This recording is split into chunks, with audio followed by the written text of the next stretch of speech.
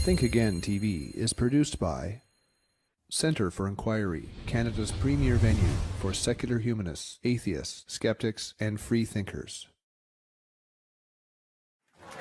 Good morning, everyone. Hi, everybody. My name's Jamie Warner. I'm the Executive Director of Centre for Inquiry Toronto, and I'd like to give you a very warm welcome to our brunch with Richard Dawkins and Lawrence Krauss. Thank you so much for coming. Centre for Inquiry is a charity that works very hard to promote science and reason and also fun. What we're trying to do is, with this brunch, is one, get you guys closer to some people who do a really fantastic job at communicating science and secularism, but also people who do it in a very engaging and entertaining way. And so those little goodie bags are trying to tell you that science and secularism can be fun, it should be fun, and we're hoping that today you'll get a sense of that as well from our organization, as well as from the speakers. So what we're going to be doing today is open up for questions for Dr. Krauss and Professor Dawkins. And first off, we're just going to have a brief introduction and a few remarks from our development director, Justin Trottier. So I'd like to welcome Justin up, who is going to be starting off with a little introduction for Dr. Krauss. Unfortunately, he has to leave at about 10:15, so we're going to try and make sure that we get all of your questions for Dr. Krauss answered first, and then we'll move on and we'll have a nice little chat with Professor Dawkins. So Justin, if you take it away, please. Thank you.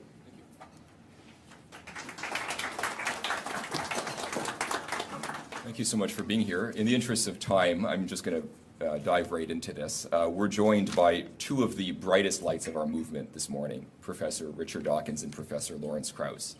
Professor Dawkins I will provide a more formal introduction to just after Professor Krauss has a chance to take your questions. Lawrence Krauss is being welcomed home today. He actually grew up in Toronto and studied at Carleton.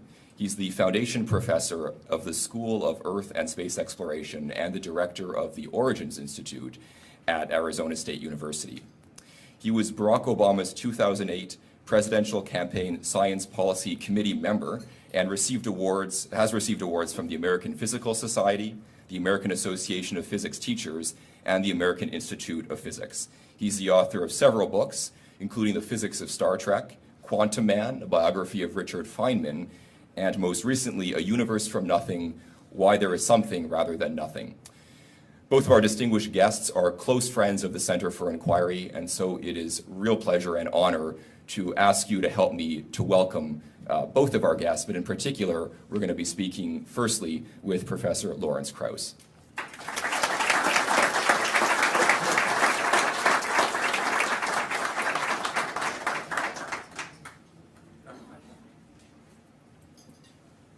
Well, thank you all for coming out this morning. It's a really kind of amazing given the short notice we gave Jamie.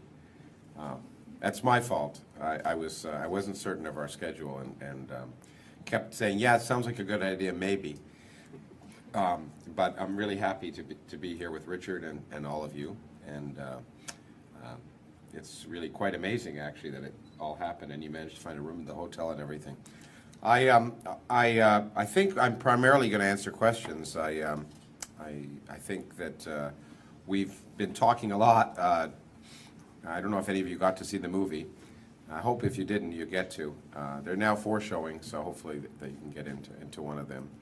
And we had a very good interview yesterday on TVO with Steve Paikin, who's a very good interviewer, and I think both Richard and I really enjoyed that. And it brought out some different things that I don't think have been discussed a lot. And I think the thing that intrigued me the most and that I've been thinking about lately is this notion of spirituality, which we were talking about, and the need to not just to point out the spirituality of science, but the need to point out that this vague notion of spirituality is exactly that, and that what it represents and what it doesn't represent. Representing, in some sense, for many people, the need to maintain what they get from religion without the religion, but on the other hand, the worry that it's so ill defined that it really doesn't provide what people really need, and it's a word that without meaning in large sense, and that I think we need to replace that that word with things that have more meaning in a real way. And so I've been thinking about that a lot lately, and planning to write about it. And so I'm glad it came up in the interview, and I'm glad both Richard and I got to talk about it, because I do think that there's a two-sided coin here. One, the fact that the conventional wisdom is that science takes away rather than adding to people's lives. It takes away all the good things, and all those good things are provided by religion. And secondly, that somehow this need for something more cannot be satisfied by the real world is very disturbing, and I think obviously very erroneous. And I think I've been thinking about ways to try and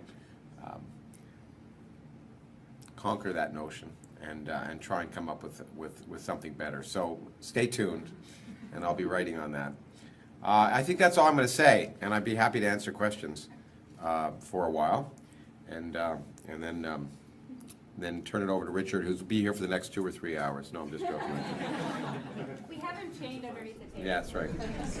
So I'll just take him, I guess, yeah? Reading about the fact that the Higgs boson, you said that you didn't expect it to actually be found at some point. I was hoping it wouldn't be. Yeah, I was sure it didn't exist, actually. And Hawking said the same thing. He didn't expect it to be found. He even put money on it. Yeah, he does that a lot. Yeah. Is there anything that, since that has been found, now you've changed your mind about other things that maybe it's possible that they'll find things that you previously... It's changed my thinking a lot. This notion, I wish I had time to really go into a proper discussion of the Higgs boson, because it's a remarkable cap of a 50-year intellectual journey.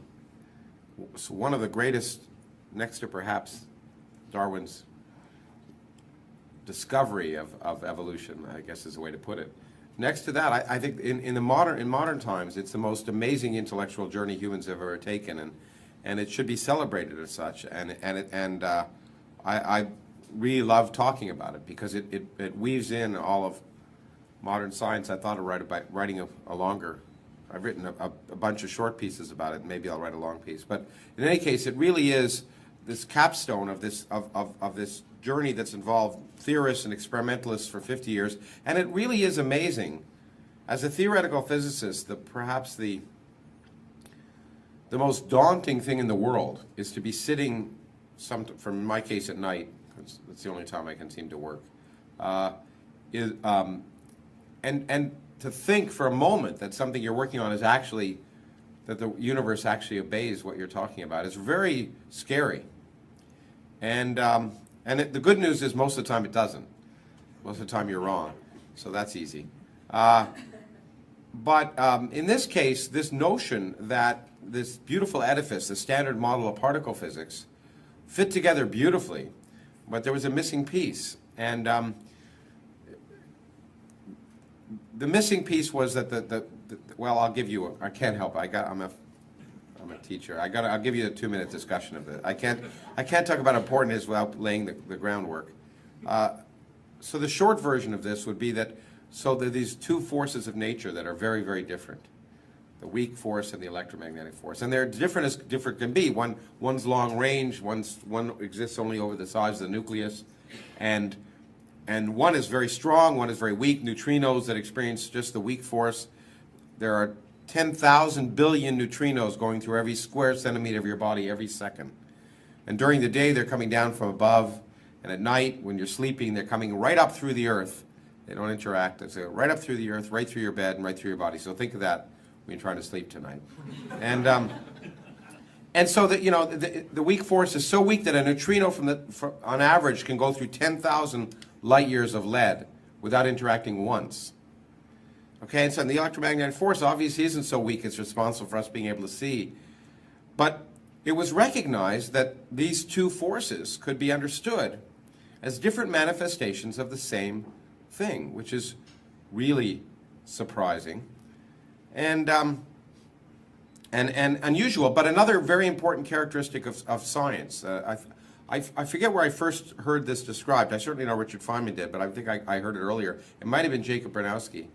That one of the hallmarks of progress in science is seeing the things which on the surface seem very different are really different manifestations of the same thing. And of course, again, when I look at Richard, I think of evolution in that sense as well. One of the great beauties of Darwinian evolution is the realization that this incredible diversity of life can come from a simple beginning. It's really manifestations of the same basic biology. And so these two very different realms of the universe were recognized as saying, well, the mathematics can describe them as being the same, but there's a clear difference. Electromagnetism is long range, weak force is short range. Well, in physics, we understand that because the electromagnetism is mediated by particles called photons, the same things that we see. They have no mass, and that's the reason electromagnetism is long range, because the way the force works is I spontaneously create a photon here, and it heads all the way over there and gets absorbed. Now, if it had mass, when I created it here, it would take energy, and it would violate energy conservation. So quantum mechanics says, as I often say, quantum mechanics says it's like the White House or corporate America. If you can't see it, anything goes. And in quantum mechanics, so if I violate energy conservation, as long as I do it for a little while, so short a time that I can't see it, then it's fine. So if the particle disappears again, no problem. That's called the Heisenberg uncertainty principle. But so if it's a massless particle, it can take very little energy, and therefore it can last a very long time before you'd notice the violation of energy conservation, and that's why electromagnetism is long range. But the weak force is propagated by particles that are very heavy. And that's why it has a very short range, because when they get popped out, they have to disappear very quickly. So that was predicted and known in some sense. And but the problem is then, how could they be manifestations of the same thing? Well, maybe they're both massless. The particles that convey the weak force and electromagnetism are both massless at some fundamental level. Well, that's crazy because they behave very differently. But maybe, and this is the amazing leap of the human imagination and the hubris that in some sense is physics at the modern time. Maybe it's an accident of our existence. Maybe there's a background field throughout all of nature.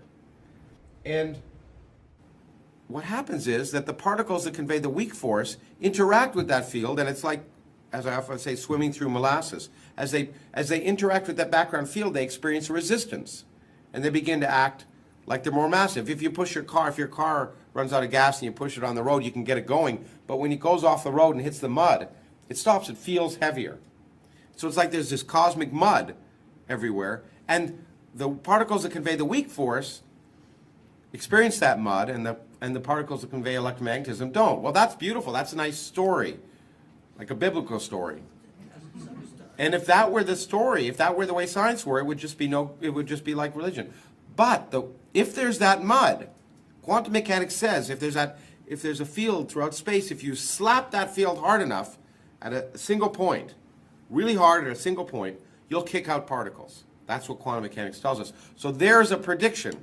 So we just have to build a machine that slaps empty space hard enough at a single point, and will maybe produce the particles associated with that field. The field's called the Higgs field, and those particles. And so one of the purposes of the Large Hadron Collider was to discover those particles by slapping empty space hard enough. It's really a kind of a S&M machine. I was sure they wouldn't see them. It just seemed like such a slimy, simple explanation. It seemed too good to be true to me. And that's why I was so surprised that that explanation is actually true. These particles exist.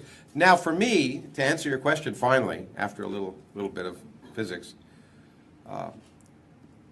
the idea that these fundamental scalar particles can exist changes for me the entire picture of trying to understand fundamental physics. And I've been thinking lately a lot about the implications that may have for the dark energy that governs the universe. It opens up for me a whole range of explanations before that I hadn't considered, because I just thought the Higgs explanation was just too simple. And nature always surprises us. And this, it just seemed crazy that we would guess the simplest answer and it worked out.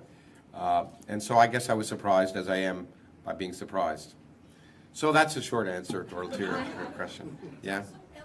What do you think of Jason Lau, who says that we should be seeing a lot of stars being born in and a lot of stars dying, a lot more than we are seeing today. And he says that's proof that, the Big Bang is not true and all those things are wrong. Well, I guess the evidence, the fact that I don't know who he is, suggests that I don't think much of what he talks about, I guess. Maybe that's the only way I can put it, I guess, okay. I mean, it's obviously he's had no impact. I don't want to seem, well, I guess I don't mind seeming pretentious, it's fine. But I know of people whose work has an impact on my work. And if it doesn't have an impact on my work and all of my colleagues, then I don't know about them. But look, the important thing but let me be a little less facetious. There are lots of mysteries and there are lots of puzzles. And so when we measure things, we often see things that don't agree with our ideas. But that's the hallmark of science that's at the forefront. When you're tentatively looking at things, often you see stuff that doesn't seem to fit. Most often, the anomalies are wrong. And in fact, we have to be, this is probably more important for this group, the easiest person to fool is yourself. And so we have to be on guard, not just about others, but we have to be skeptical of ourselves. That's probably the most important aspect of skepticism that I think I can convey. And that's particularly important for scientists. Because if you're measuring something and you find something strange, the most immediate response is, I've discovered something important. It's significant. And what you have to do as a scientist, again, as Feynman said, is you have to work equally hard to prove yourself wrong. That's right. You have to, most likely, you're making a mistake. And it's very, very difficult if you discovered something potentially wonderful, potentially earth-shattering, that something can make you famous, to have the courage, the intellectual courage, to say, it's probably wrong, let me figure out what I'm doing wrong. And so it's a really important process that experimental scientists, and to some extent theoretical scientists, but since I'm a theorist, we just talk, it's easier. Experimentalists actually do things. And to check your work and to try and prove yourself wrong. And then if you don't, your colleagues might. And so there are many times since I've been a scientist when, for example, I like to say, I was sure dark matter was real because it had died and been reborn so many times, and everything that's real has been reborn, as we know, has been. In any case, because there's so many times that you think some implication of your theory implies that there are too many stars, there too much clustering, and then what you find is when you look at things more carefully, that's really not an implication. So people who claim that everything is wrong are generally wrong. And the reason is the Big Bang, that's the other thing. When I hear someone say, look, this doesn't agree, and therefore everything is wrong, that's just not the way science progresses. Science is based on a huge amount of experimental data, and the hallmark of progress is not to show everything's wrong. Einstein didn't show everything was wrong. In fact, Einstein did exactly the opposite. Einstein showed everything was right. What there was two theories, one of Maxwell, theory of electromagnetism, and one of Galileo, that when you're moving at a constant rate, you continue to move, and you can't really tell whether you're moving or not. All of you have had the experience of, if trains in Canada are smooth, of being in a train station and looking at the train next to you when it was moving, and you didn't know whether you were moving or it was moving out of the station. Well, it turns out those two things are both right. They're both obviously true because they're both satisfied by the test of experiment, but they're incompatible. So what Einstein said is, I'm not going to throw out those things that are right. I'm going to show how those apparently incompatible things can be compatible, and it turned out the way to make them compatible was to show that time and space are relative, an amazingly brave thing.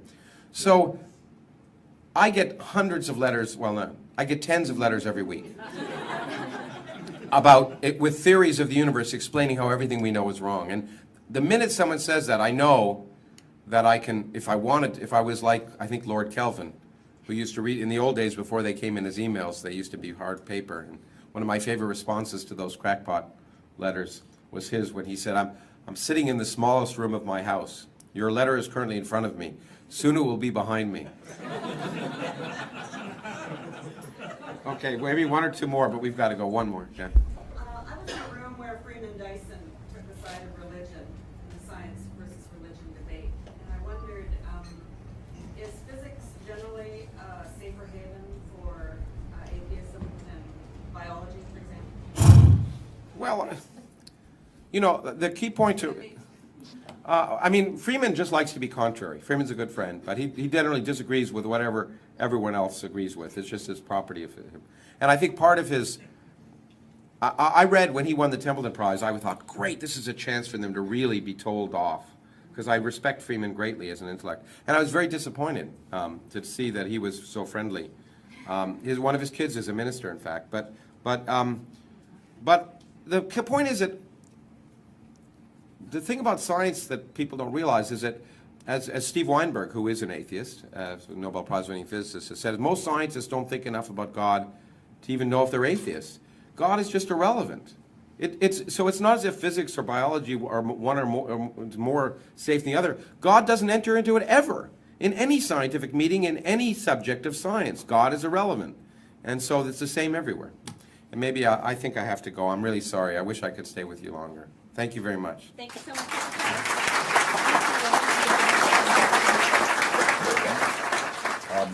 I've been asked to say a few words about the religious and secular landscape in Canada, just so that both of our guests, but in particular our remaining guest, Professor Dawkins, has a bit of context while he's in town. He doesn't get the opportunity to be in Canada very often, and he and his staff have asked that we share a little bit of the insights about some of the concerns we have here in our home country. So I will invite you to complement my remarks by adding your own during our discussion period. I think right off the bat, I should make it clear that Canada has a very strong reputation as a liberal, scientific, and forward-thinking country. It was the third country to legalize gay marriage, and of course our new premier is an openly gay woman. Our charter guarantees freedom of thought, freedom of opinion, and freedom of expression, and it is very rare to see the religious right taken very seriously here in Canada. But much of this may be the veneer of Canadian politeness and political correctness, at least according to Canadian journalist Marcy MacDonald, who wrote a book called The Armageddon Factor, The Rise of Christian Nationalism in Canada.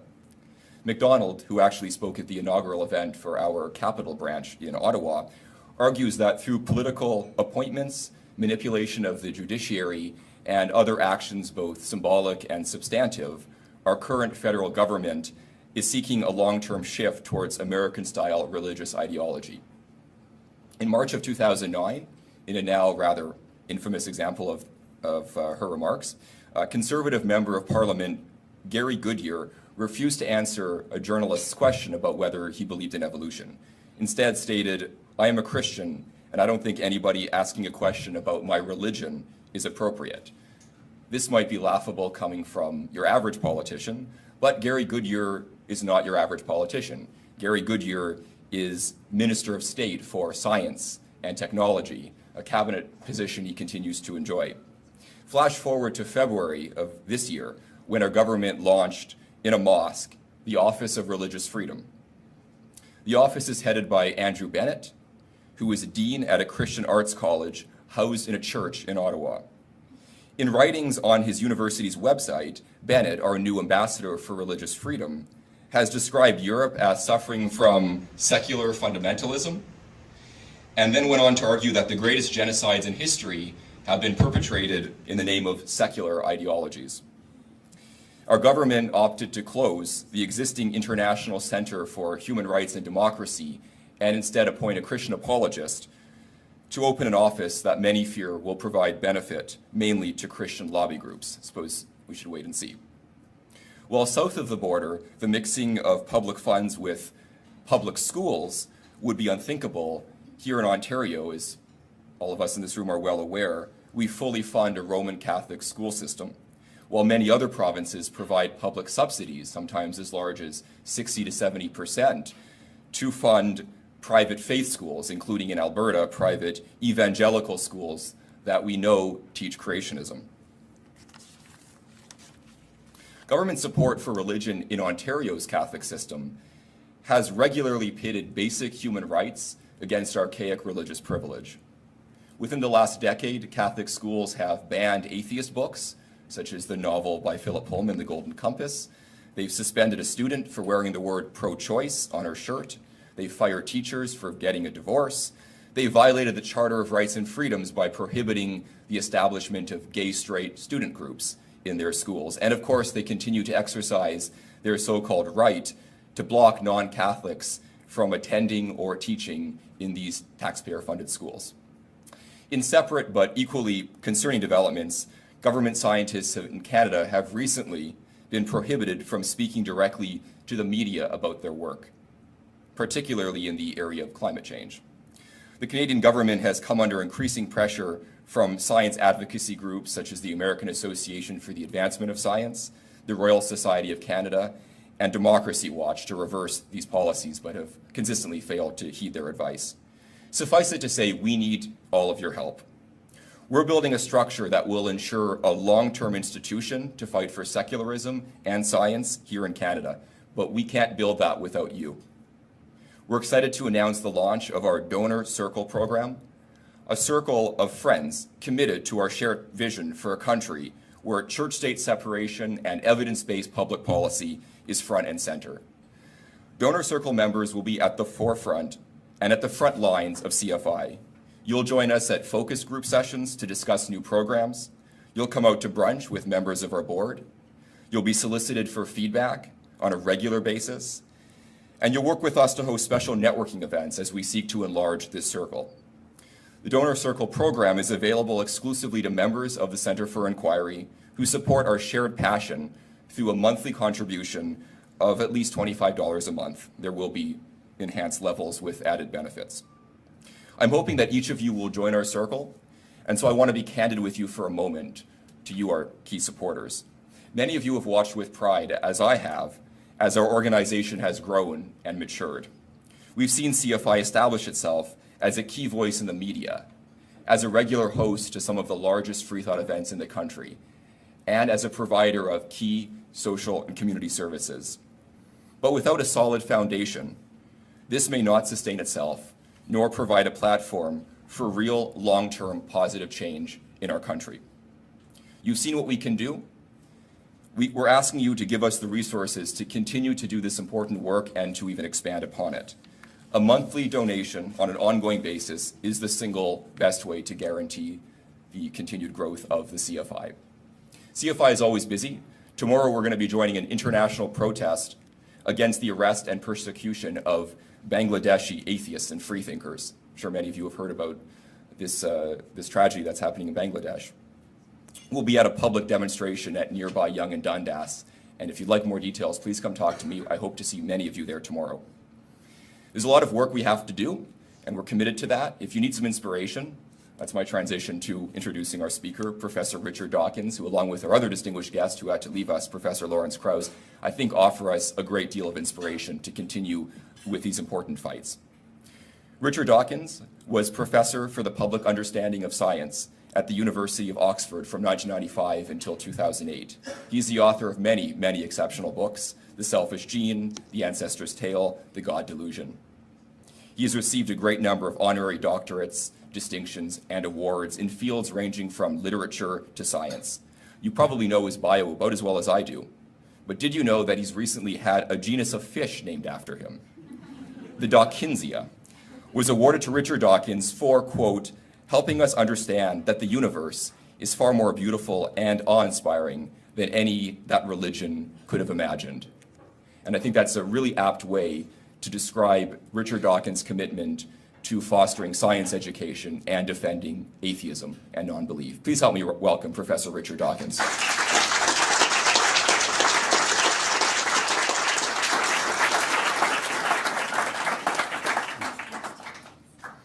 Well, thank you very much. I was very disturbed to hear Mr. Trottier's account of what's going on in Canada at the moment. I didn't know about that, and I applaud what the CFI in Canada is doing.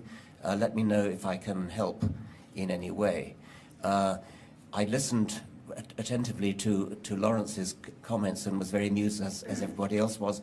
On the TVO broadcast yesterday, I was somewhat amused in a sort of backhanded way by the way the anchor described Lawrence as the funny, nice one. I was also amused to be reminded of when he talked about spirituality and Stephen Hawking. I was once at a literary festival in Britain, and Stephen Hawking was there, and I listened to his talk before mine. And as you know, he can't speak, and so he has to do it through a computer. It takes a long time to build up his words. So he can't really answer questions, but he gets questions sent in advance, and then his computer answers them. But they did allow one impromptu question from the audience. And a man stood up and said, "Professor Hawking, I wonder whether you feel that there's a spiritual dimension to the universe, whether there are more things in heaven and earth than are dreamt of in your materialist philosophy, Horatio." Went on and on and on about mystical things, and don't you feel that there's a mystical, spiritual dimension? He went on. And then Stephen then spent about 10 minutes composing his answer. And we all waited with bated breath for the answer to this question. And finally, it came. No.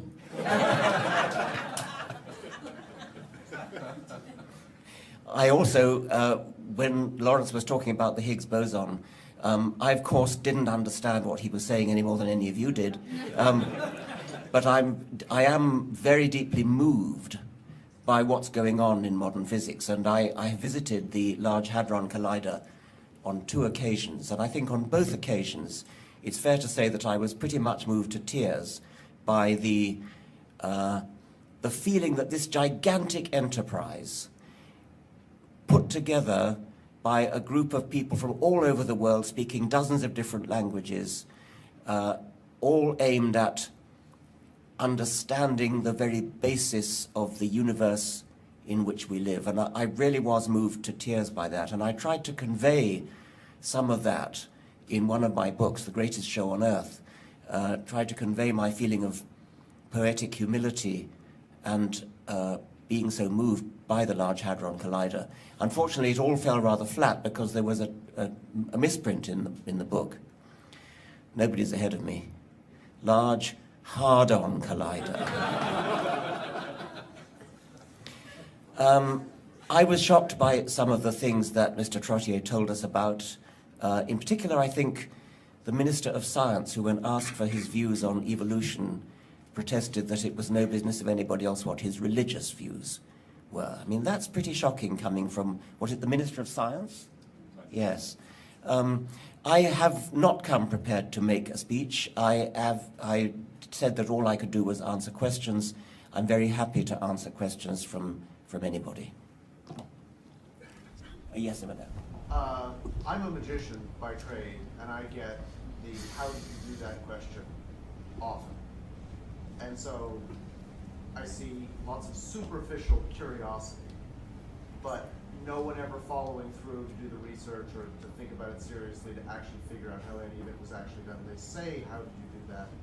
But their curiosity is being bounded by something, and either as a teacher or a biologist. Do you have any thoughts about what that something might be, where did it come from, and how do we get rid of it? I'm actually very interested in your profession. I think it has rather important, almost philosophical implications. I prefer not to use the word magician because people confuse that with the sort of supernatural magic which you get in fairy tales. So I like to use the word conjurer instead. I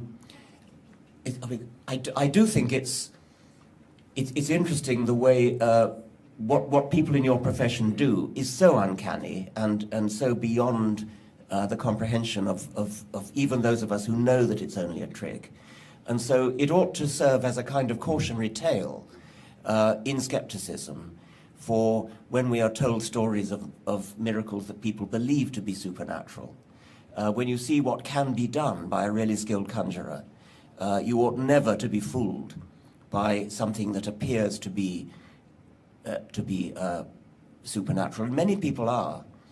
I think you're probably right that the curiosity people show is rather superficial.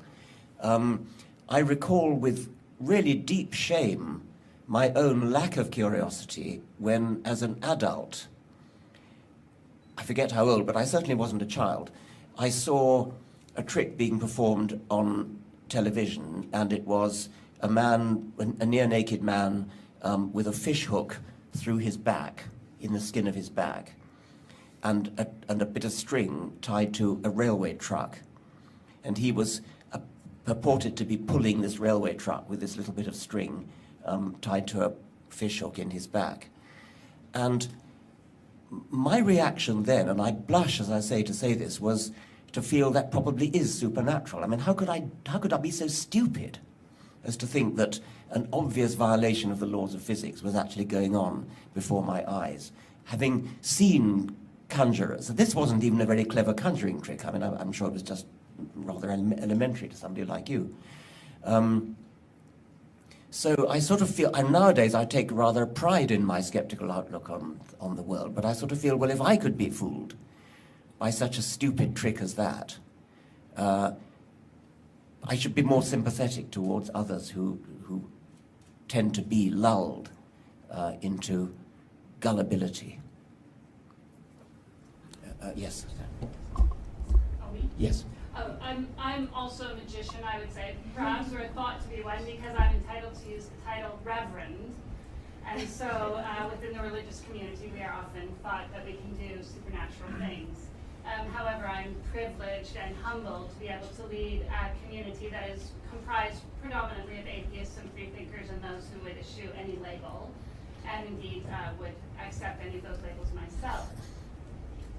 My concern is, and I'm wondering what your perspective is on the fact that within religious community, for good or for ill, communities have been able to establish an ethic, a system of morality by which they're able to be in common discourse with one another.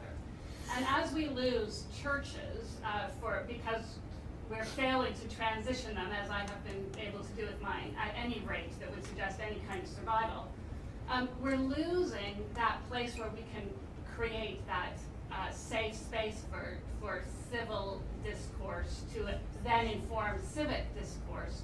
And so have the conversations that we need to have with Lawrence around, you know, where is the ethical boundary to science? Is there one? Should we establish one? Should we have a rubric? And if we did, would we hold to it? And those kinds of conversations, and so that we can have the conversation about how religion is influencing politics. So we're losing a lot of that, because as people race from religion, they end up so often in isolation, and so those conversations don't take place. How can we counter that? It's tragic, I think, that the ethical discussion, ethical discourse that we need to have in society has for centuries been hijacked by religion, by what amounts to a pseudo-scientific worldview, has absolutely nothing to do with entitlement to talk about ethics. So we need to, one way in which I put it, I think I put it like this in the Melbourne Atheist Conference last year, is we need to take back the idea of intelligent design. We need intelligent design of our morals, intelligent design of our ethics, intelligent design of our society.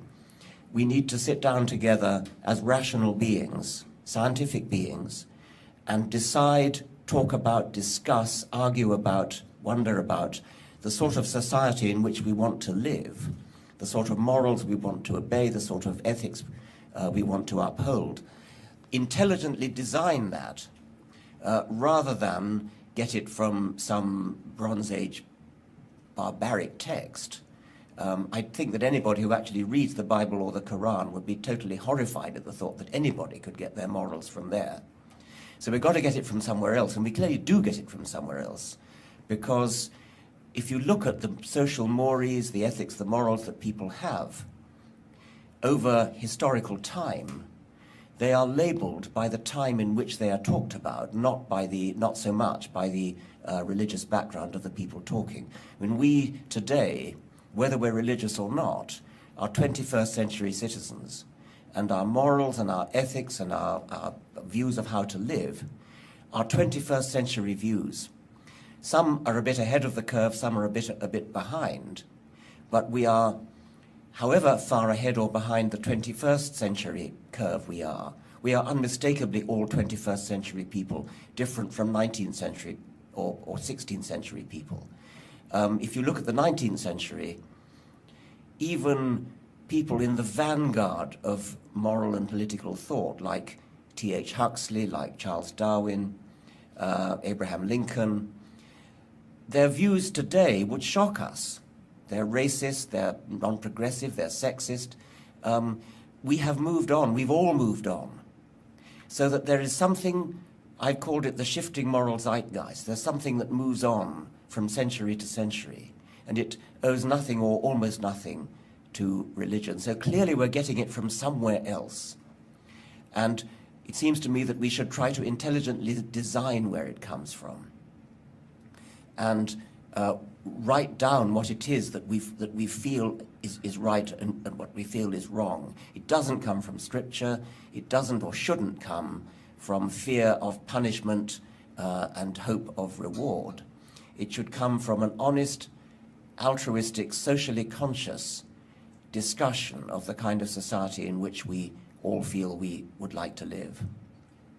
And I think that we in the atheist community need to take a lead in that, having thrown away the biblical, the scriptural, and the, what should we call it, the moral blackmail origins of morality, and intelligently design our morality in socially altruistic ways. I think that you were next, Jess. What do you think about the current wave of radicalism in the Middle East and North Africa and the future of it, and how it would affect political and religious structure in the United States? I don't know as much about this as I suspect you do.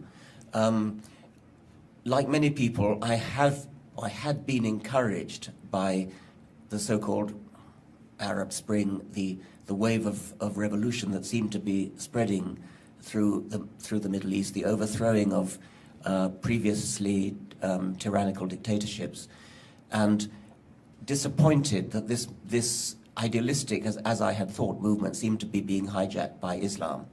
And I don't know what to suggest about that. I would think you probably have more ideas than I do about that. I think it's very sad, and I would like to think of, we should all think about ways in which we could try to help our rationalist thinking colleagues in those countries to take back the idealism of that movement. What do you think the radicalism in that part of the world would help people like Rick Santorum and Sarah Palin and all those people, extremism? Well, there does seem to be a kind of unholy alliance between the nut jobs in, especially the United States. They wouldn't recognize that, of course, but there is a distinct similarity between them. Yeah. Yes, Larry. I'm interested in the evolution-creation debate, as you probably know, and I've been following your activities in Great Britain. Do you think creationism is becoming more of a threat in Great Britain than it used to be? It's interesting. Unlike in America, where, and I think that includes Canada, where the impetus comes from radical Christianity, from fundamentalist Christianity, in Britain it more comes from Islam. And my colleague, Steve Jones, lecturing in genetics in University College London to medical students, has Islamic medical students walking out of his lectures because he's lecturing about evolution. And I hear this over and over again from school children, school teachers in Britain. For a television program for Channel 4, I visited one of Britain's leading Islamic schools. And I'm sorry to say that in Britain we do have government-supported religious schools. One of Britain's leading Islamic schools, and I talked on television to half a dozen girls. The girls and boys are kept separate, of course. Half a dozen girls, and every single one of them was a young earth creationist, as was their teacher, and they were proud of it. And the teacher told me that everybody in the school was a creationist, and they were proud of it. They felt that the Quran was a leading scientific textbook. They explicitly said that if there was a conflict between what the Quran said and what science said, they would go with the Quran. This I find very upsetting, and it is a growing tendency in Britain. I'm not quite sure what's feeding it. I suspect it may be a kind of political resentment against what's felt to be political neo-colonialist attitude of perhaps they feel it's fueled by racism. There's a kind of loyalty thing, that loyalty to Islam means you have to believe this nonsense which contradicts everything that science is telling us. I think it's very disturbing, very upsetting. I wish I knew what we could do about it. Yeah, thank you. What do you think of people like Michael Behe, who have their arguments, bashed again and again, and yet they keep coming back with the same stupid arguments? And is it because they're too stupid to understand what they've been told, or is it because they feel like lying? Are they lying for Jesus? What do you think? I don't think I should try to get into the mind of Michael Behe. I don't know whether he's dishonest or stupid. He's been publicly disowned by his own department in, Lehigh Valley in Pennsylvania. He goes on, as you say. He gets, of course, enormous encouragement. I mean, he's a poster boy for creationists, even though actually he believes in what he calls intelligent design and specified complexity. But, he believes in evolution. I mean, the creationists who make him their poster boy kind of rather gloss over that fact. It's just that he believes in evolution with God helping it over the difficult jumps. But nevertheless, he's a kind of rock star of the creationist movement. And I guess that may seem flattering, I don't know. I mean, I would have thought any decent scientist would have preferred to look for the respect of his scientific colleagues, but whatever else he's doing, he's not doing that. Yes? I'm a psychotherapist, and I get a lot of pushback not only from colleagues, but my association, about when you deal with a client who is going through some guilt or other issues that is related to religion. Either you're supposed to work within their belief system or get around it, but not to attack religion and that sense of rationality. And I was wondering about Britain, how they handle it, or are you aware of it, or how I could create more change within the field? I don't know what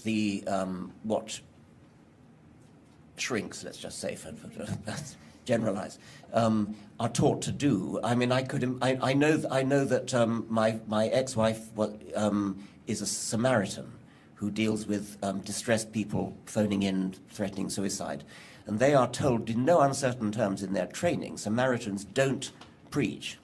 They let the person talk. And I think what you're talking about is something similar, that people in the psychotherapy professions are probably taught not to try to change the views of their patients in that kind of way. I've met that in teachers as well. Teachers who are suffering when trying to teach evolution, when children say, "You're upsetting my religion." The teachers have been told, you must not upset their religion. You must go along with their religion, teach them the science, but don't tell them that your religion is a load of rubbish. I wouldn't tolerate that if I were a teacher. I mean, if I were a teacher, and I suspect if I were a shrink, I wouldn't be capable of holding my tongue in that sort of way. Why should I? If somebody is talking obvious nonsense, then it seems to me would be my duty as an honest person to say so, but then I probably wouldn't last long in that profession. So I don't have any advice for you. You know better than I. Yes. Sorry. Okay, let's have this one first, okay? I have a question about your current view on why seemingly the United States is such a paradox that the developed nations is so religious. And I know that in one of your books you wrote at one time that in your view perhaps it was because there was so much competition between the various choices for religion, whereas in one of his books, Sam Harris, I think wrote that in his view and in the research seems to bear out that where there are chasms in terms of social disparity, both income and class and so forth. That's where religiosity really takes root, and in his view, that was why, I guess, the United States is so religious as an aberration in developed nations. And I know it was a while ago since you wrote that in your book, and I was just wondering, like, what your current view is why the United States is so religious. Okay, the question is about the anomalous position of the United States in Western civilizations in being so much more religious than anywhere else. I don't know where Canada stands on that, by the way. Can anybody tell me? Sorry? Always in between Europe. Always in between, okay. But if you if you look at the figures for all sorts of indices of religiosity, it is true that the United States is way off the picture. It doesn't fit in with anything else that you might expect from looking at Western Europe. It's much more in with the Islamic countries. You have to go right over Europe to get anything similar. And the questioner mentions two things. She said that one hypothesis is that because the United States is founded in secularism, the founding fathers were all secularists. They were either deists or if religious, they kept quiet about it. They didn't feel that it should have anything to do with government. Because there is no established church, whereas in Britain, in Scandinavia, there is an established church. In those countries, the established church has seen to it that religion has become boring and tedious and nobody cares about it. It's just what you do when you're born, get married and die. And it's responsible for state ceremonies, state funerals, state weddings and things. But nobody really takes it seriously. Whereas in America, where there is no established church, this freed up religion to become free enterprise, to become big business, to become, to use all the slick techniques of advertising. And so you get these mega churches, and I visited one or two of them. They're very frightening places. The other observation which the questioner made, and I think she probably got it from the work of Gregory Paul, she quoted Sam Harris, but I think it comes from Gregory Paul, that if you look worldwide and if you look within the states of the United States, you find a correlation between religiosity and poverty, religiosity and lack of social benefit, social caring. In those countries and in those states within the United States where there is a lot of social welfare, you get low levels of teenage pregnancy, low levels of abortion, and so on, that's where you get the least religion. You get the most religion where all the indices of social distress are high. Which way the causal arrow goes is open to debate, but there does seem to be at least a correlation there. I've heard a third hypothesis about the United States, which is that being a society of immigrants, so many people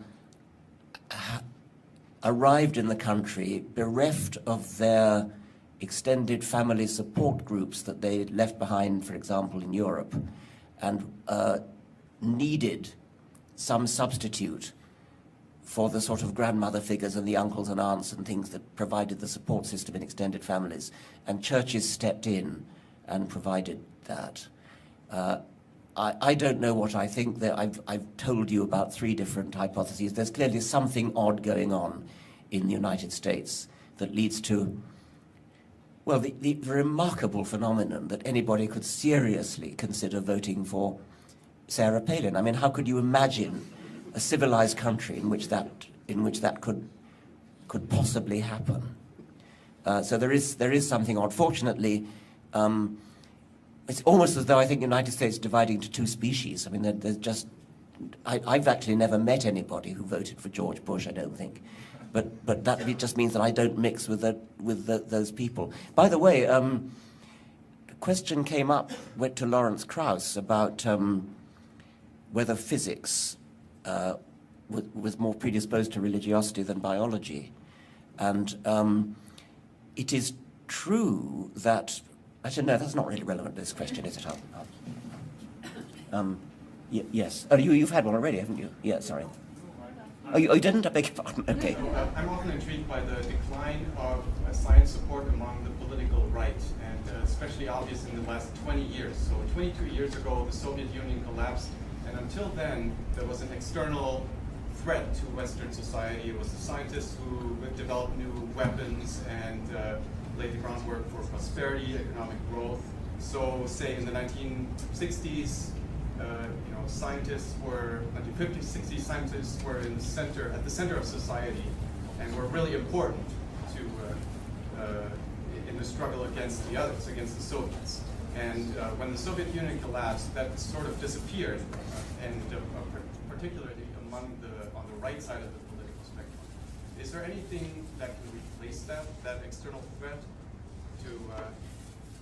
Yes, it's interesting that it's a major theme of 1984, isn't it? That the ruling dictatorship, the ruling party in 1984 had to have an external threat in order to motivate people, and so there was a more or less fictitious permanent war going on between the three great powers, and then there was the great public enemy. I forget his name. Goldstein? No. I forget his name, but there had to be a public enemy. And I mean, I take it, are you suggesting that after the collapse of the Soviet Union, Islam took over as the sort of bogeyman? Is that what you're leading towards? I see more the lack of that external threat, and this is more for the political right that kind of needs this threat. It's not so much the left side of the spectrum that seems to be motivated by that. Yes. Well, it's an observation. I take your observation, and I think it's interesting. I have no real comment on it. Yes. Yeah.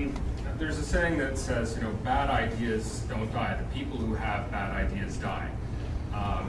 And I kind of was thinking about that in regards to like evolution. They don't really die. They become the junk DNA of our past, right? We're aware of these ideas and we dismiss them as being stupid or idiotic. And do you see a point where, like, obviously 19th century, I think somewhere in the book was saying about Newton was a Christian, but then of course everybody was back then, and now we don't have that happening anymore, that Christianity, Catholicism, religion in general is becoming part of our junk DNA. But how many generations do we have to wait before we finally leave that to the fishtails of our genetic past or our theoretical, intellectual past? Needless to say, I look forward to that day. It's coming more slowly than I would have thought. But I mean, it is coming, and the broad sweep of history is going in the right direction. But it's a kind of sawtooth rather than a steady decline. And I think you can expect that when something is in its death throes, it tends to lash out. And so we can expect to see some of that before it really does become junk DNA. Many of you have probably seen that great Canadian Steve Pinker's latest book, The Better Angels of Our Nature, where looking at at history in the very long term, all the indices that he looks at very systematically seem to be moving in the right direction, but it is a slow process. Yes. So I went to rabbinical college in the 90s, and I never totally got over the foundational myth of Judaism, and it was a revelation experienced by my ancestors. How could a nation have accepted a lie that's supposed to have happened to themselves? Do you understand the question? Most myths happened to some dude and he spread the word, but Jews believed it happened to them, themselves, or Grandpa told me it happened to him. I'm not quite sure I get the point. How did the national myth begin? Yes. But they all believed it happened to themselves. I met this, I actually had a very nice dinner. I was invited to dinner, my wife and I invited to dinner by the chief rabbi in Britain, with about 15 other people. We were the only non-Jews there. And it soon became clear that they all bought into the idea of specialness of Jews. And one of the most impressive things I was told, and I think it's true, is that there is a quite astonishing mismatch between the proportion of Jews in the world and the number who have won Nobel Prizes. I mean, it is just a quite staggering mismatch. So something like less than 1% of people in the world are Jews, and something like more than 20% of Nobel Prizes have been won by Jews. So there's a certain amount of empirical support for specialness. And I tell you that story because it impressed me, but I still don't think I quite understand the question. The question is, the ancient Israelites believed that they personally experienced God's revelation. It wasn't like Moses was one guy saying, hey, guess what happened to me? You know, everyone went through the desert. Everyone walked through the Red Sea. And then they told their kids, and their kids told their kids all the way to 2013. Yes. So how did they all come to believe it happened to themselves? Wouldn't some guy say, that didn't happen to me, I didn't go through the desert? Well, but I mean, well, of course they didn't. They thought their ancestors did. First generation had to think it happened to them, or dad happened to dad. Well, I don't know. I mean, I don't even know whether that's different from the myths of the ancient Greeks and things. Is it? Greeks talk about Zeus or Hercules, not themselves and their moms and dads. Yeah. Okay. I think I just don't get it. Sorry. Yes. It's your tombstone, Richard. I can only be 3 words. Would they be the selfish gene, or he defined religion? Or what? Oh. Oh God, I don't know. I don't know. It's facetious, obviously. The way that your life. I once was asked to write my own epitaph. A little bit more than three words. I'll see if I can remember it. Others lived beyond his means, a giver, not a taker. He was less selfish than his genes, more blind than his watchmaker.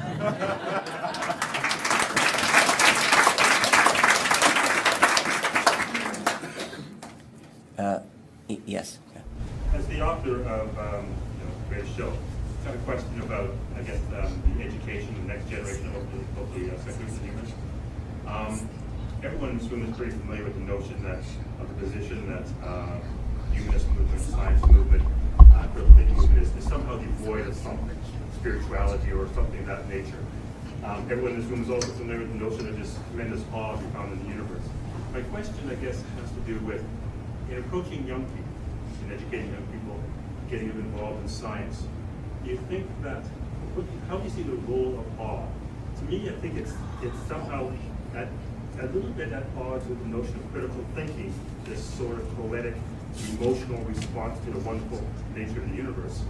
And yet, I think it's a powerful motivator. Should it go first in our discussions with children to get them to become critical thinkers and humanists, or is it something that should come as a result of that understanding? I don't see the conflict between critical thinking and the sort of poetic Carl Sagan-esque response to the universe. I'd like to think they both go together. Since I mentioned Carl Sagan, most of his books are evocative of the sort of poetic response to the universe that you're talking about, the pale blue dot and things like that. The Demon-Haunted World does too, but the Demon-Haunted World very much focuses on the critical aspect, and the two seem to me to be joined together in a very happy way. Carl Sagan said, when you're in love, you want to tell the world. If you're in love with science, who wouldn't want to tell them something like that? Who wouldn't want to tell the world about science? When talking about education of science with children, I am a little bit at odds with a fashionable view, which is that the best way to teach science is as a practical subject. So is this microphone popping and make it? Should I just try not to use it at all? Would that be better? This is fine. There is a view that scientific education should be practical, that children should be immediately given a test tube and a Bunsen burner and told to make bangs and smells and things. I do find a bit of a mismatch between that and the Carl Sagan or at the sight of a galaxy approach. And I'm for the Carl Sagan approach rather than the Bunsen burner approach. We do need the Bunsen burner approach in order to educate a generation of children who will become practical scientists, and we need to have scientists. But there's an analogy, I think, with music here. You can become a lover of music and a well-informed, educated lover of music, actually quite knowledgeable about music, without ever learning to play an instrument, without having to go through the discipline of five-finger exercises on the piano or violin or something. And I think that perhaps we need to understand that you can teach science without a Bunsen burner, that you can teach appreciation of science. And students who are not becoming specialist scientists do need to have science appreciation courses which open their eyes to the wonder and the glory of the world in which they live, the universe in which they live, as seen through the eyes of science. I suspect that some of those people at present are rather put off by the fact that in a science class, the first thing, and almost the last thing they meet is a Bunsen burner. Yes. Science question, epigenetics. Oh, not the epigenetics question. No. Sorry. I beg your pardon. I'm just so bored with epigenetics. I recently rewatched your interview with the creationist Wendy Wright, and I was wondering if you made any special preparations, like Zen meditation before you did that, because your patience was superhuman. Yeah.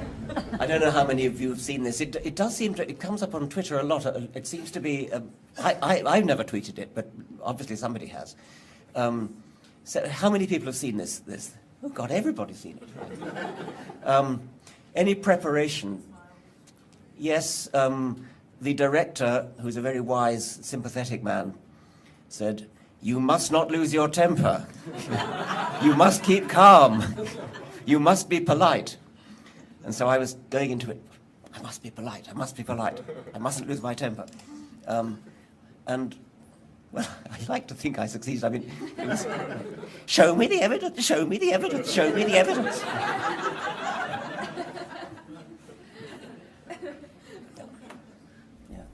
Another trivial question. Many public intellectuals in Britain have accepted knighthoods. If you were offered knighthood or the Order of Merit or something, would you accept it, and why or why not? Yes, I think I would. I mean,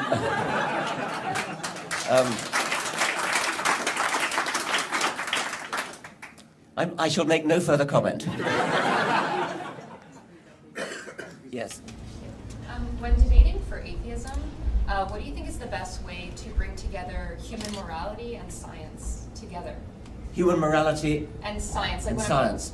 I don't think I'd go as far as Sam Harris, who's written in The Moral Landscape that he thinks that science can more or less tell us what's moral, but I think he makes some very good points. I do think that secular moral philosophy is what should inform our moral discussions, and this is a scientific way of thinking about moral questions. I don't think that science can tell you ultimately what your criterion for right and wrong should be, but I think what it can do, which is what secular moral philosophy does, is to point out when you are confused, when you're making contradictions that you hadn't realized, when one part of your belief system is incompatible with another part of your belief system. I think a scientifically informed way of looking at morals would probably downplay the sheer yuck reaction. For example, suppose we took the morality of eating meat, and we might inform our discussion by thinking evolutionarily about the reason why we make a distinction between cannibalism and eating other mammals. And there are no doubt good reasons for making that distinction, but at least it's not an obvious distinction. It's not something where we should immediately say cannibalism, yuck, eating beef, fine. We ought to at least think about what the distinction is. When Lawrence Krauss was having a debate with some Muslim spokesman in London, he mentioned, I think briefly this morning, this Muslim spokesman, as it were, put him on the spot by saying, "What's wrong with incest?" And Lawrence very sensibly said, well, I'm not sure that there is that much wrong with incest, really. I mean, if there's no danger of children being born, he sort of went through all the reasons why one might be against incest.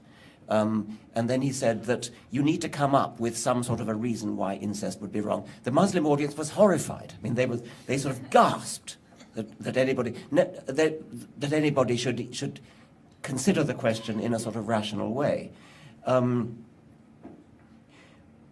Suppose that on sort of Peter Singer type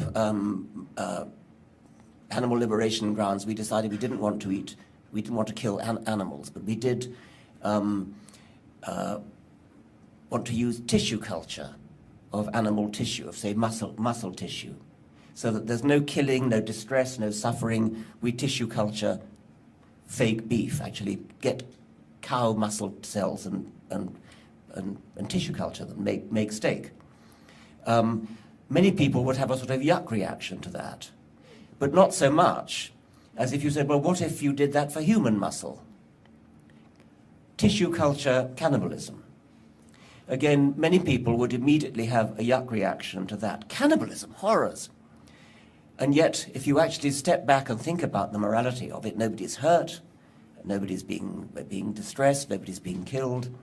But we've got this kind of atavistic horror of the idea of cannibalism. So I think that a scientific way of thinking about morals can get us to think in more adventurous, more imaginative ways. There are slippery slope arguments, which I'm not so scornful of as some other people are. I think that you have to be alive to slippery slope problems. For example, if it was suggested that although we shouldn't kill humans to eat them, what about road kills? The person is already dead. I would be against that. But it is important to say why, and in my case, I think it probably would be a slippery slope argument. We've got a taboo against cannibalism, which is probably a wise thing to have. Then there's the consideration that the relatives of the deceased might be distressed. So, okay, I've probably talked enough about that. I think we've had one from one other. Sorry, yes. Yeah. Oh, sorry. 2 more questions. Oh, 2 more questions. Yes. We're very grateful for your public life, and just any comments on if you plan to continue and for how long, or what are your plans for the future, for example? Go a bit louder. Plans for the future, Richard. Plans for the future and specifically your public life. Oh, plans for the future. Well, I've slightly abashed to admit that I was persuaded to write an autobiography, and I agreed to do it and signed a contract with the British and American publishers who were very keen. And I got a bit daunted by it, and so when I got halfway through, I decided to cut it in half and make it into 2 volumes. And that gave me a wonderful feeling of achievement, because I suddenly realized I'd already finished volume 1. And so I took volume 1, indeed it is now in proof. I have the proofs in this hotel, I'm working on them now, up as far as finishing my first book, The Selfish Gene, which did mark a kind of natural dividing point in my life. My life did rather take off in a different direction after that, so it's a fairly logical place to stop. The other reason, apart from getting this nice, warm, glowy feeling that I'd achieved something by finishing a book, there was another reason for wanting to split it into 2. I decided rather early on that this was not going to be a kiss and tell autobiography. I was not going to have any of my personal, private life in there. And that, I think, was a very good decision. I'm going to live up to that. But it made the first half of the book, which is largely about childhood, seem a little bit anomalous, because you can't write about your own childhood without being personal and intimate. And I felt that if I had been personal in writing about childhood and then suddenly stopped, and when I got to sort of more adult personal things, it would look anomalous and look odd. dividing it into 2 volumes with 2 years between the 2 volumes kind of makes this natural break. And so that was a highly confidential reason why I decided to divide it into 2 volumes. But volume 1, I'm not allowed to call it volume 1 either. It's got to have a separate name. The publishers insisted on that. And that's coming out in September 2013.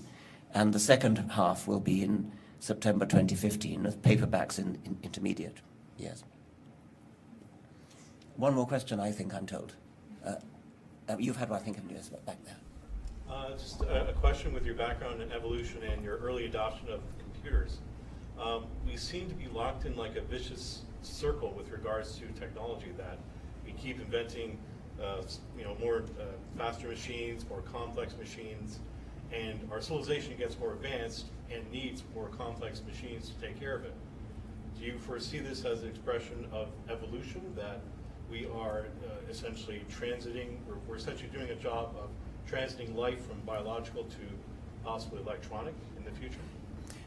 Yes, this is the sort of science fiction question which I am interested in. I mean, I think that it's a not unreasonable speculation that in some thousands of years' time, there may be a group of silicon beings sitting in a room like this, speculating about the possibility that way back in the dawn ages, there may have been some soft, squashy, sort of water-based, carbon-based life form that perhaps gave rise to us before silicon life came along.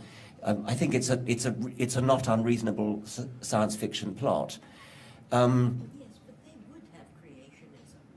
Yes, they would. Yes. They would have creationism, that's quite right.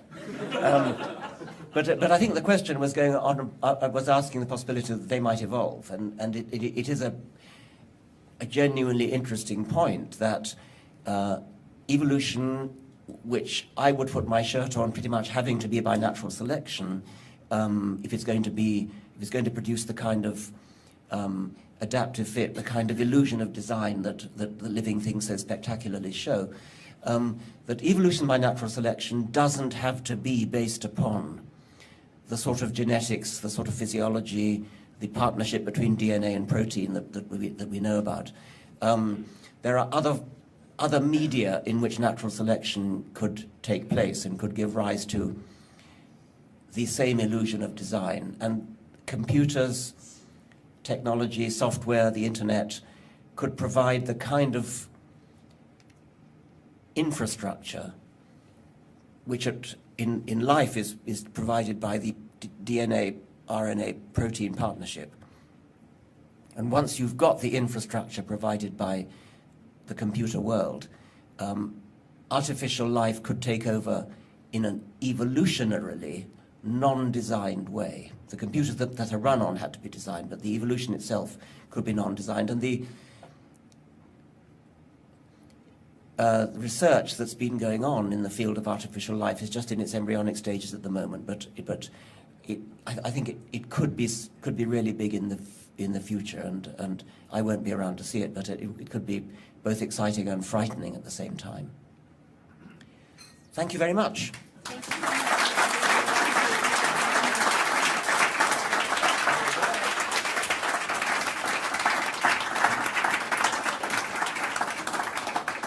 Thank you ever so much, Professor Dawkins, for answering our questions today. I'm really just blown away to see that you've put the exact same level of insight and eloquence and humor into answering our small group's questions as I've seen you do on TV for millions of people.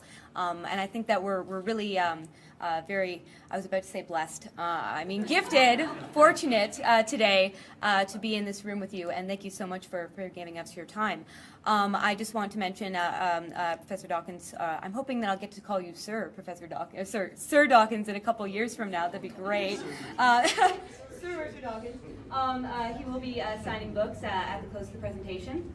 And thank you all for being here with us today. For the closing remarks, I'm very proud to introduce our Chair of the Board, Kevin Smith, as well as our Vice Chair and Treasurer, Gary Fitzgibbon. Please.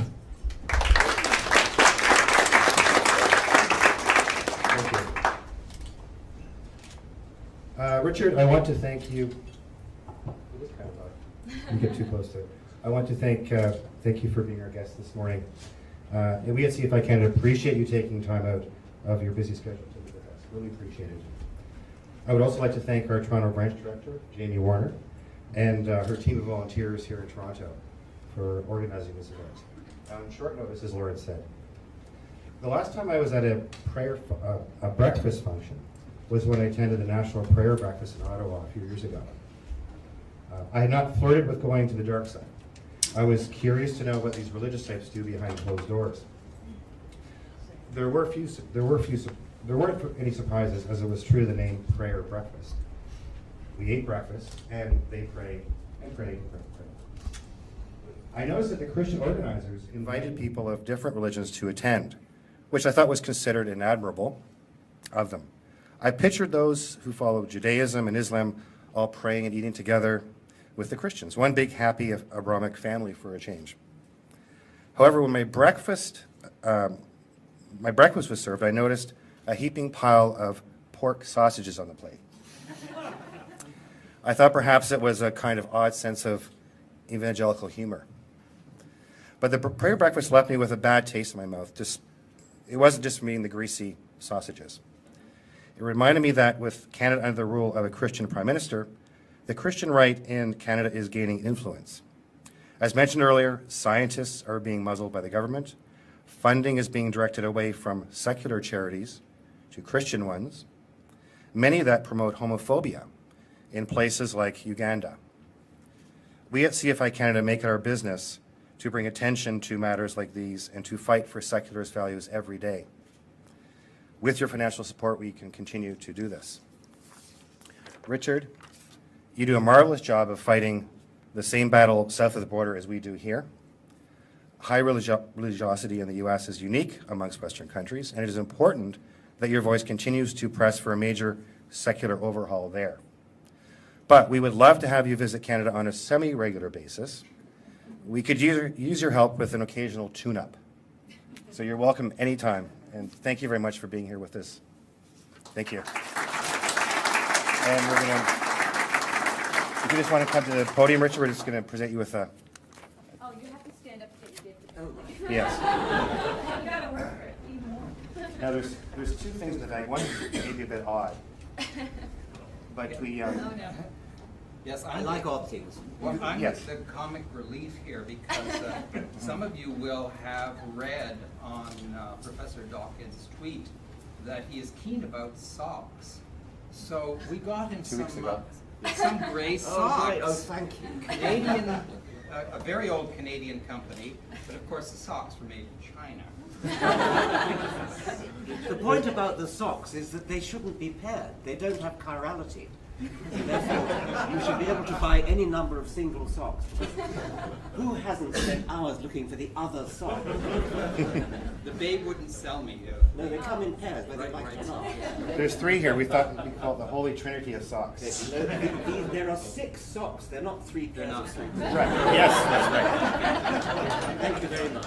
You're welcome. And this is actually a little nicer than socks. Professor Dawkins.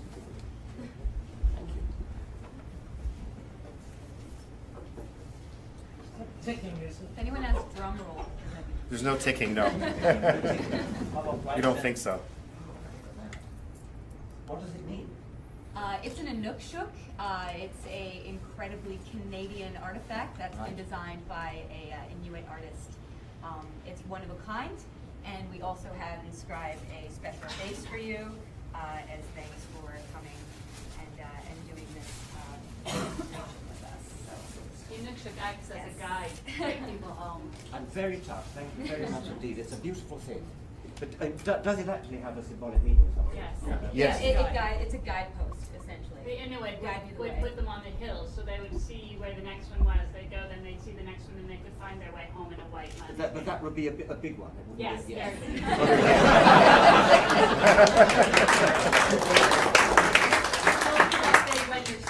Thank you very much.